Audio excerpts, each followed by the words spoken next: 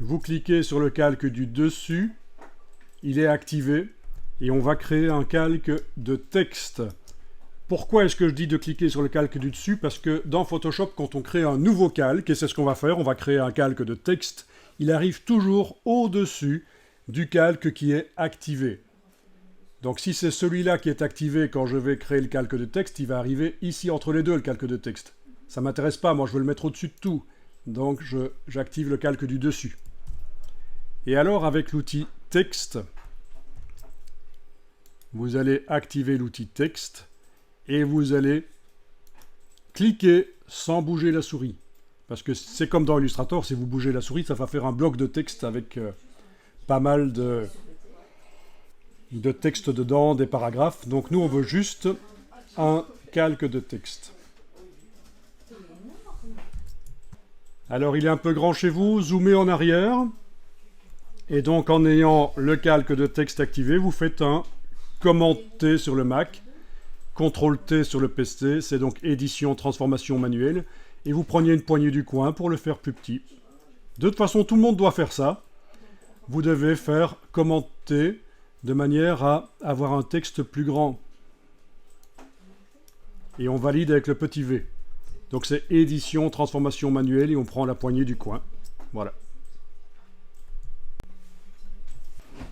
On va faire apparaître la palette des caractères. Donc c'est menu fenêtre caractères.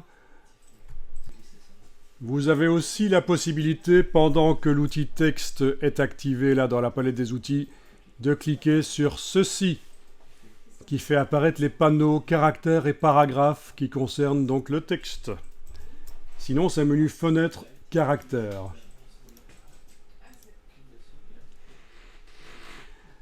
Donc, vous allez pouvoir changer la couleur.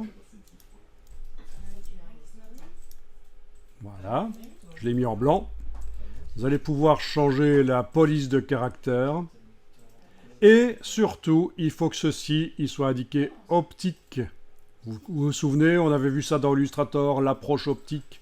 Vous avez quelque chose ici qu'on n'a pas eu l'occasion de toucher dans Illustrator, c'est l'approche de groupe. Si vous choisissez une valeur plus élevée que 0, les caractères devraient s'écarter les uns des autres. Voilà. Et ça peut être intéressant. Mais alors, il y a un curseur caché dans Photoshop. Si vous survolez ceci en enfonçant la touche Commande sur le Mac ou Contrôle sur le PC, vous avez une flèche qui apparaît, vous enfoncez la souris et vous bougez et vous regardez ce que ça donne. Donc il faut avoir la touche Commande enfoncée en permanence et bouger. Voilà. C'est un curseur caché quelque part. Au lieu d'aller dans le menu ou de taper, vous pouvez choisir la valeur comme ça.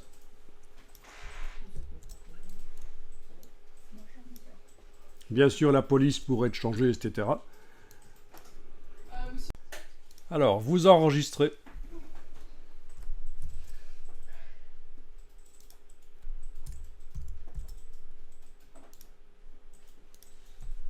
Votre calque de texte est sélectionné. Si vous double-cliquez sur le T ici, c'est la même chose que de sélectionner avec l'outil texte tous les caractères. Vous allez pouvoir taper quelque chose.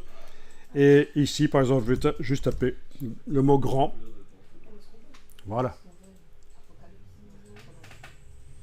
Donc c'est le double-clic sur le T ici dans la palette des calques. Et on tape quelque chose au clavier. Et voilà. Et avec l'outil de déplacement, je peux repositionner. Pas de problème. Outil de déplacement. Vous allez, toujours en ayant le calque là, de texte activé, vous allez faire Commande T. Donc c'est la transformation manuelle qui permet d'agrandir. Est-ce que quand vous agrandissez, les proportions sont gardées? Oui. C'est important que les proportions soient gardées parce qu'on n'écrase normalement pas des polices dans un sens ou l'autre. On l'avait dit la fois passée. Alors, c'est pas tout. Pendant que vous êtes en train de faire la transformation manuelle, vous avez ici quelque chose qui peut être intéressant, c'est la déformation. Cliquez là-dessus. Et là, vous avez le mot déformation. Attendez, non, excusez-moi. Erreur de ma part. Donc, transformation manuelle, j'agrandis, voilà, en enfonçant éventuellement la touche Alt. Et... ah mais non, j'avais raison. J'avais raison, il faut enclencher ça, mais on va pas aller bouger les choses ici manuellement. On va utiliser la déformation ici en arc et on va aller jouer sur l'inflexion avec la touche commande enfoncée sur le Mac, contrôle sur le PC. Vous pouvez bouger ceci. Voilà. Dans un sens ou l'autre. Donc au lieu d'indiquer des choses manuellement ici et de devoir faire touche tabulation, ah ben non c'est direct en fait. Dans ce cas-ci il n'y a pas besoin de faire touche tabulation, mais j'utilise le curseur virtuel, la touche commande du Mac ou contrôle du PC et je bouge l'inflexion. Voilà, vous avez d'autres types de déformations, mais franchement la déformation en arc c'est généralement celle qu'on utilise. C'est la plus habituelle on va dire. Et vous validez avec le petit V. Voilà, j'ai validé la transformation manuelle, mais je peux revenir dedans si je veux remodifier juste la dimension et la position. Voilà. Et valider avec le petit V. Et enregistrer le fichier tel qu'il est là. Enregistrer sous.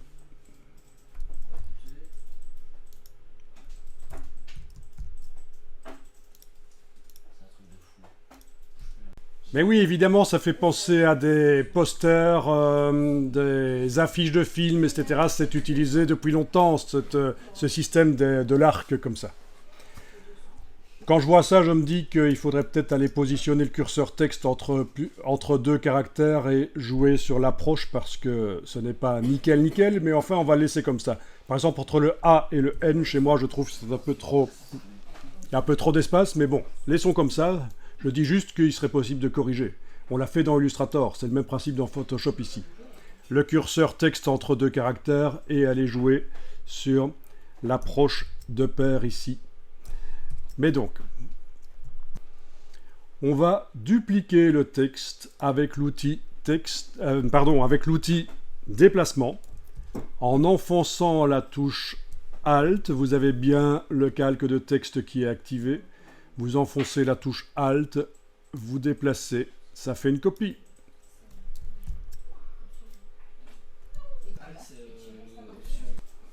Vous double-cliquez sur le petit T ici de la copie. Et vous allez bien sûr modifier le texte ici. Je vais taper ceci par exemple. Voilà.